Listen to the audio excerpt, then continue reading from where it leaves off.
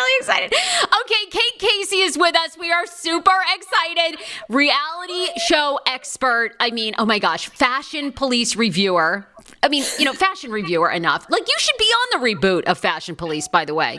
Oh my God, such a great idea. Such a great idea. I agree. If only it would happen, though, right? Do we feel like E would ever do? I feel like they've tried it. It's not going to work without Joan. I'm a little bit worried that E has 4 waffles in their bank account. So I don't think anything's happened right now. All right, well, we're going to get into that with you, okay. Because it's a perfect day to have you on. So much reality news has broken over the past day. So let's get right into it. And then we want to talk about your personal career, because people always have questions. They want to know how they can become a red carpet host, how they can get into TV and media. Sure. So we want some of your background. But first of all, overnight, Real Housewives of Beverly Hills, Denise Richards is leaving the show.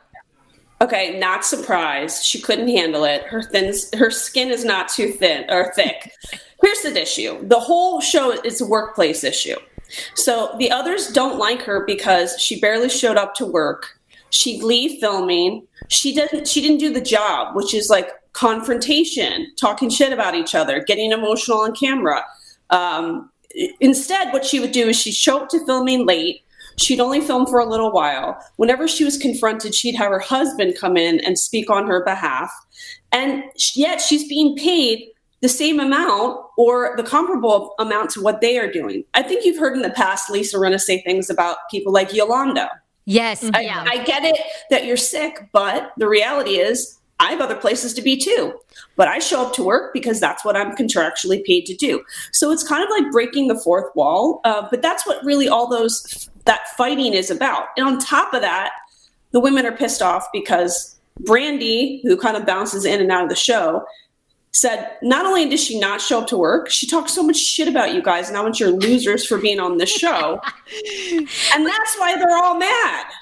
Kate, what do you think changed, though, from this was season 2 with Denise, right? Okay, so last season we saw a totally open Denise Richards. Like, obviously, she talked about Aaron getting a happy ending. She talked about her getting a happy ending. So what do you think changed? Because I agree, it was almost like night and day with Denise. And I loved her last season. But then this season, it was like, who is this person? Well, I think that we can all agree that she's a bad picker when it comes to dudes. I mean, Charlie Sheen is no prize. So I think this is what happened. I think that Aaron is no joy to live with. And I think after the first season, he was like, by the way, didn't appreciate the happy ending thing. I think he's like about to explode at any moment in his head. So he's like, I wasn't happy with that. Compounded with, she makes reference to it in the first episode, that she had some weird financial or custody issues lingering with Charlie Sheen. So I'm sure her attorney or whomever she had hired had said to her, it's probably in your best interest to present yourself in the best light so that Charlie doesn't come and use things against you. Even though Charlie Sheen is a mental case. The truth is, when it comes to child custody issues, some of these people will pull shit out of like months and months, years ago, and do anything to make you look bad. Imagine the counsel that Charlie Sheen has. So I think it was a combination of her husband, current husband, her ex-husband, and child custody issues. And also, I think that she showed up to the show with the hope to get extra work so that she could make extra income. And truthfully, it worked because I think she's like doing better than ever. So I say, don't do the show. It's not up your alley. Look at all the work you're getting. Go on and be your best self. Well, I think she's taken your advice. And what is your take, by the way, on the Brandi Denise affair? Did it really happen? Because both women have stuck to their stories. Brandi says it happened. Okay. Of course it happened. But like in normal life, would we care? No. Like I said, it's a workplace issue. I love it. All right. Well, there's the breakdown because she was great. And I think that it was even reported she was the highest paid, right? Of all the I think she was like, not true. That is not true. Oh, it's not. The numbers that you hear are so ridiculous. I can tell you on good call that is absolutely not true.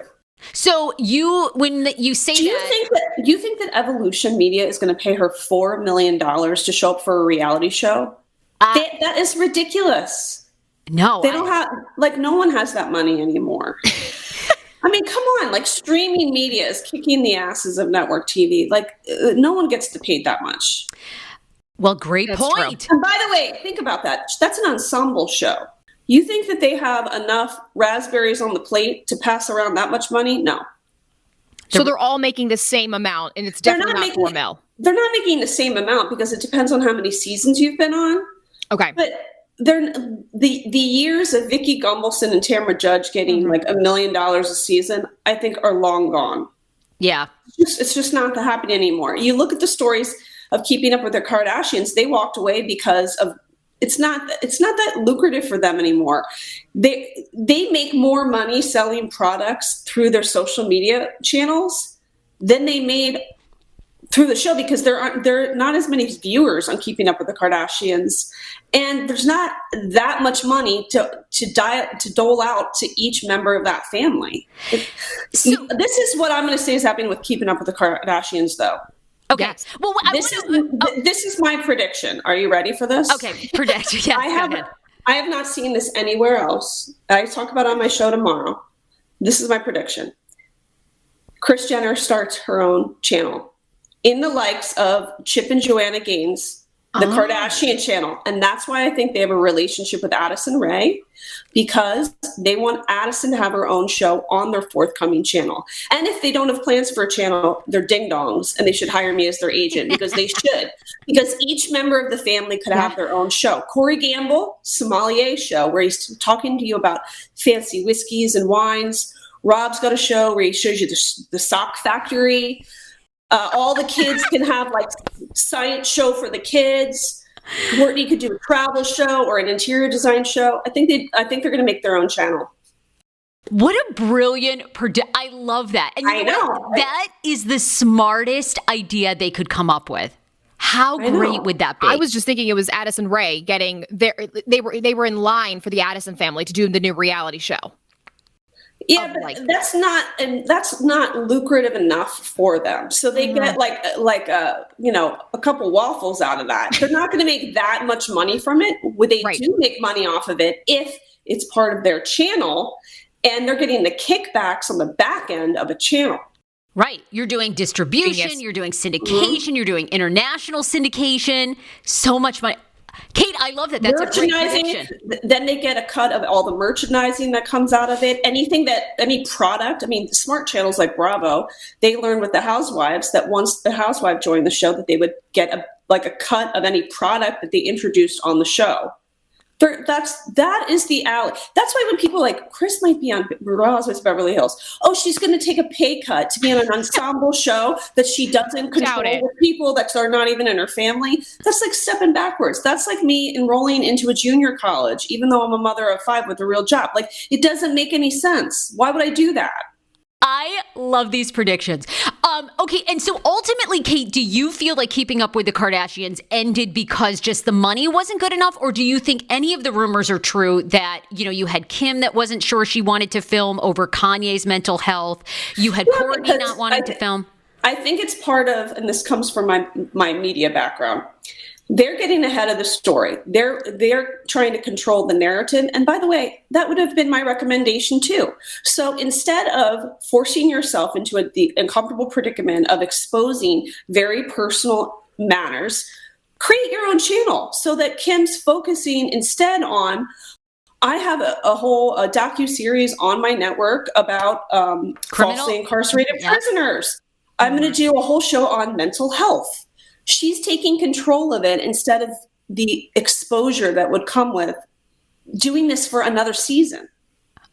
Oh my God. Who do you think the network is with, by the way? Because I think Chip and Joanna Gaines, didn't they team up with Discovery? So who do you think it comes through? NBC Universal? Who do you think? I mean, I don't think so, because I think that they would do, I don't think they would do NBC Universal, because it's my understanding a lot of NBC people left for Netflix, but Netflix is their own entity. So I'm not sure, but I think that if they're not doing that, they should do it. And I think that they should hire me. They should hire you because you've nailed it and you've already laid out a plan of what they could be doing to execute. Being even more billionaires. Okay, Okay, we want to ask you a few more things about E, but I want to go back to Real Housewives really quick. There's been a lot of people who have left the show. Dorinda was recently fired. What do you think the real story is on Dorinda being fired from Real Housewives of New York? I don't know if she was fired. I think that this show is really hard on people. I think people see all of the glitz, the glamour, the opportunities that come with it, but it takes an emotional toll. So someone like Dorinda's been on quite a few years, and she's dealing with all of this aftermath of death, grief, et cetera, et cetera. I think that some of them just need to take a pause sometimes. Yep. So I think that it's not like you're fired. I feel like it's a gentle, why don't we hit the pause button? You take a couple laps around the track, come back once you've had some water, and then let's think about this again. So I'm going to say it's a pause for her. I could see her potentially coming back. Ooh, okay, wow. I would love that. Yeah. And do you think Sonia has any shame with never selling a toaster and her business of because merch? I think that they think of themselves, and this is probably why I get annoyed with the Housewives all the time, is that I think a lot of them think of themselves as television characters. Right. And I also think what's changed over many, many years is that people who are on these shows are too caught up in the meme culture, and that's dictating their behavior. They're basically told through the memes, be extra. Yeah. If you're extra, you're securing a position on the show. Look at all the merch that you can get from having a one-liner. Play it up. True. And those days of the quiet moments where Vicky Gunvalson is freaking out about a family van outside of her house for a vacation, I think they're long gone. So the real question is for viewers, do you want authenticity, or do you want people that have studied the Real Housewives for years and are showing up to play a character because they've done enough research to realize that there's an archetype for each show? And what do you think? What's your opinion? You have great predictions. What do you think the public wants?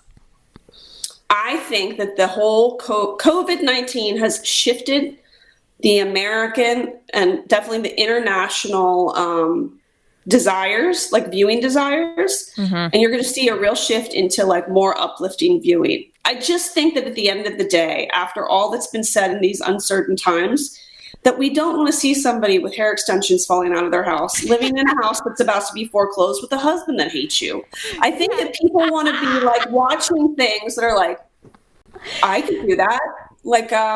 I just think that people are shifting their I think that we've hit a wall. I think that the world had to shut down. Yeah. Even Dorinda had to shut down and go, like I said, take a couple laps around the track, rethink this whole strategy. And I think that 2021 will begin a huge shift in television. Yeah. Right? Well, we can't wait. Right? And I think you're saying authenticity is going to win, right? People would rather see the authentic moments, the genuine moments, maybe the lower key moments that they can relate to versus these over the top, the fights, the water in your face, the wine in your face, the kind of, the Housewives have become so predictable, right? They have a fight, then they all go to lunch, they make and the up, Bachelor and the Bachelor. I think that people want to see. I'm selling a show actually right now about women in business, but I've always said, I think that people at this point in our world want to see people that are building businesses versus images. I just think people are sick of filtered photos and smoke and mirrors feeds where it's somebody who is much heavier than they are in pictures. I mean, how many times have you guys seen a person that you follow on Instagram in real life and you're like, they don't even look like that. You do not even remotely look like that. Well, completely. Who are you kidding? So why would I want to be friends with you? Because what you're telling me is I cannot trust anything that you're bringing to the table. And I was going to say, even Kim Kardashian, who I know you've seen in real life, I've seen in real life. When you see Kim, you're like, but that booty isn't that big. It looks way bigger in all these. It's tiny.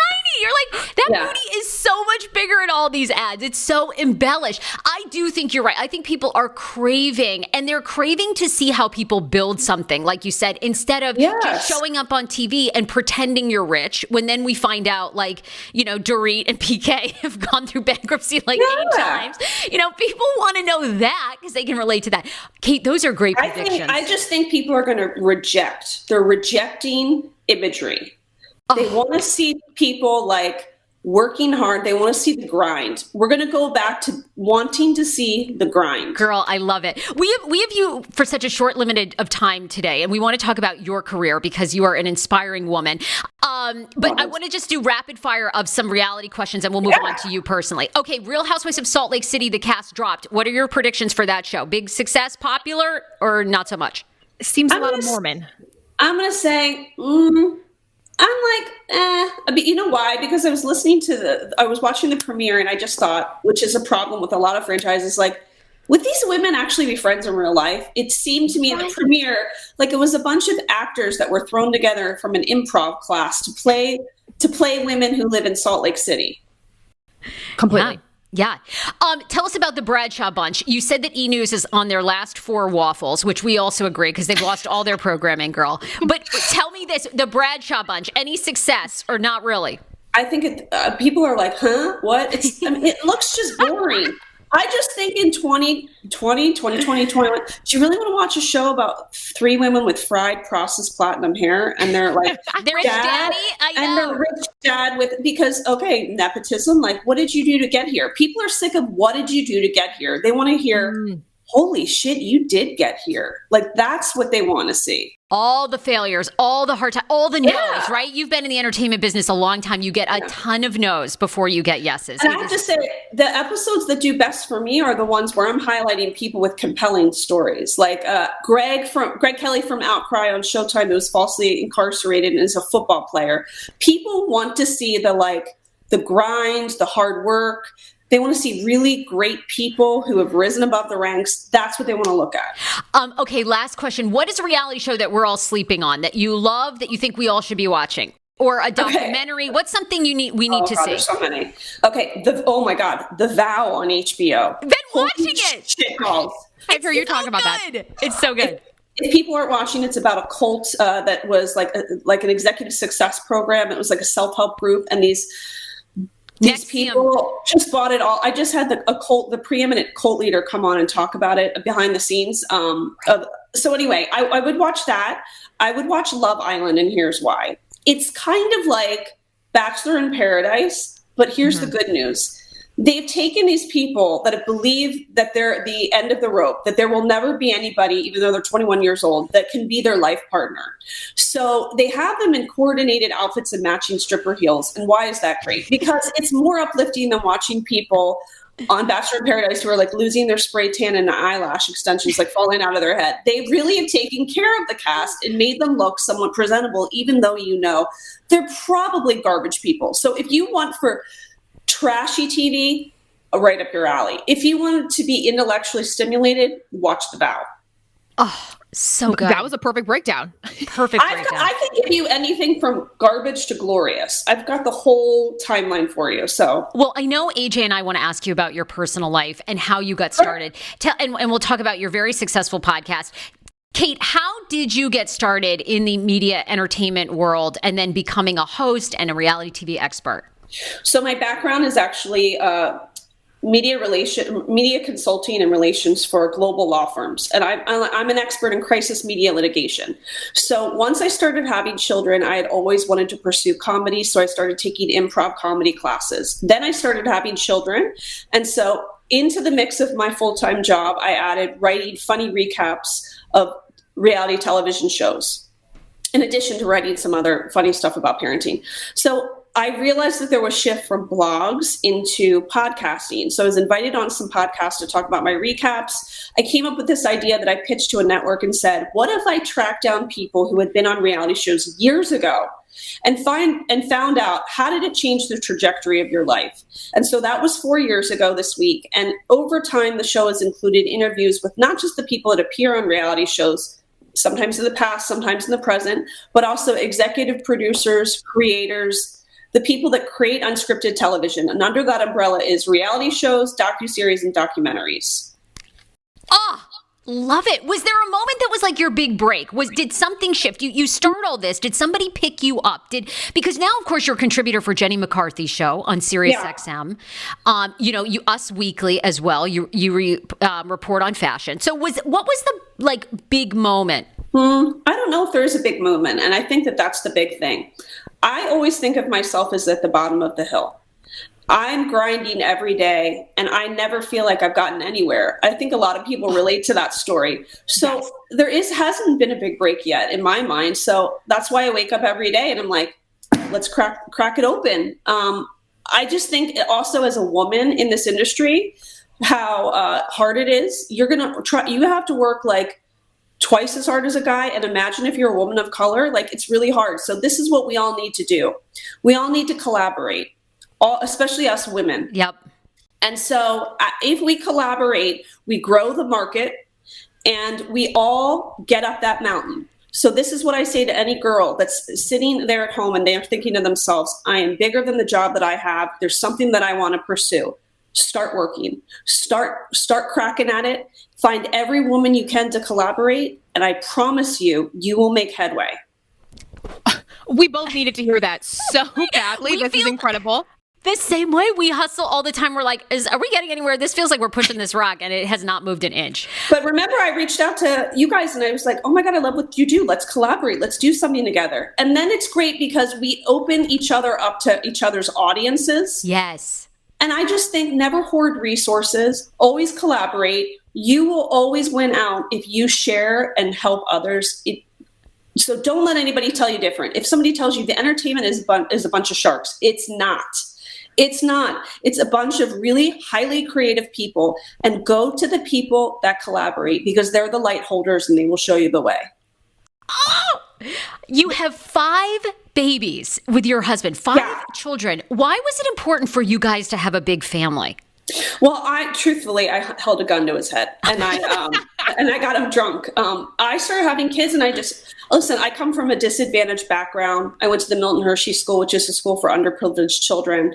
I decided once I got married that I was going to break the cycle and I was going to create my own family unit. And I feel like my husband and I are just building from the ground up. Wow. And so each child, I always feel like there's somebody missing from the party still. So every time I have a child, I'm like, maybe there's one more. And truthfully, the great thing about having a lot of kids is they all help each other out. And you know what? I don't want to play with them. Listen, we have nothing in common. They have never been to Las Vegas. They don't pay taxes. They don't watch the shows I do. So they all play together. And I just always kind of felt like, what's the Thanksgiving table of the future? Like, It's hard work now, but at some point there's going to be this long table filled with laughter. And that's the big payoff in the end. So, if somebody's listening and they're like, I've had a really tough childhood, I don't know if I'll be a good parent. You are going to be a great parent because you know what a child deserves. And it's going to be great. I always resented on The Bachelor where it was like, well, they're going to be a good person because their parents are still married and they're from good bones. No, you find the person that is like really fucked up relatives because they know the value of like a good family. They do because they know what garbage is and they will create something incredible. How did you break that cycle? Was it going to the Milton Hershey School? Was it therapy? Because so many of our listeners have the same thing, come from situations where they were abused, sexual abuse, all kinds of things they're trying to overcome. How did you change it? I think you need to access your survivor chip, and we all have it. We all have it. So you have to make a decision to go, I'm not willing to make the same dumb mistakes that those nitwits made. You have to make that decision. You have to access your survivorship. Okay, consciously be telling yourself, however your parents raised you, they did the best they could with what they had, but I'm not going to do this. I'm bigger and better. I'm moving on. Surround yourself by people that are uplifting, people who understand you and respect you and will embolden you to make good decisions. Therapy is great. Find things that you love to do. That always makes you a better person. Find a job where you feel respected and you feel like you're making a difference in the world, and just always make time for yourself. I always make time for myself. I have 5 kids. I have a husband. I have a job. I always make time for myself. It's really essential. I think the most important thing is find a sense of humor. I think everything's funny. You have to. I really do.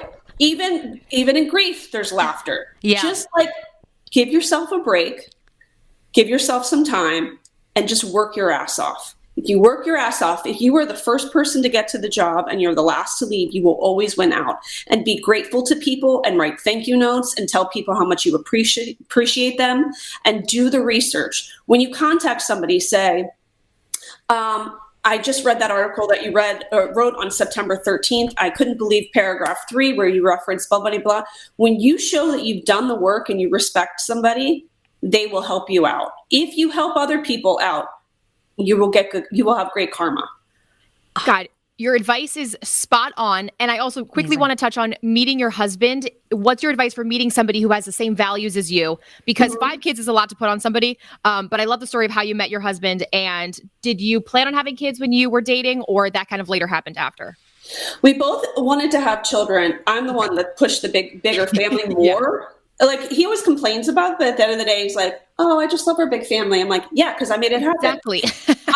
We met on Match.com. I was his first match date. I had about 8 dates. I thought they were crazy. I used to do write-ups for my office mates, and they would laugh. I knew that it was meant to be because we had enough in common, but enough apart. The best relationships are those the best relationships are those where it's 2 independent people in an intimate relationship. You have to have your own thing. Yep. And for people, especially in the year 2020 with an election, I'm a Democrat. I used to work at the Clinton White House. My husband's a Republican. We have tons to talk about, respect each other. It's about being curious people, digging down, asking people questions. It doesn't matter if you don't have the same political views. Just to find the things that you have in common and honor the things that are different. Wow. Oh my God. We need to have you on again because we need to talk all about your personal life even more. You met your husband on Match.com. We need to talk about all that, what you wrote on your profile, more about your childhood. Anyhow, we're just honored that you are here today, and everyone needs to check out your podcast, which is RealityLife with Kate Casey. You can obviously find it everywhere that podcasts are distributed. You're on the Jenny McCarthy show. I love that Howard Stern follows you on your Peloton one. So random. So random, but I like it. Oh my God, Howard, yes. You find time to work out in all of this? Well, I've never had a cup of coffee in my life because I think it smells. I think it smells atrocious. So I have to work out because otherwise I'll fall asleep. And that gets the endorphins flowing. Yeah. Wow. It's not like I'm a Christian Scientist. I just find the smell so horrific. I'm like, this is disgusting. So that's why I work out all the time. But I want people to know that you guys are coming on my show. So yes, girl, that is going to be.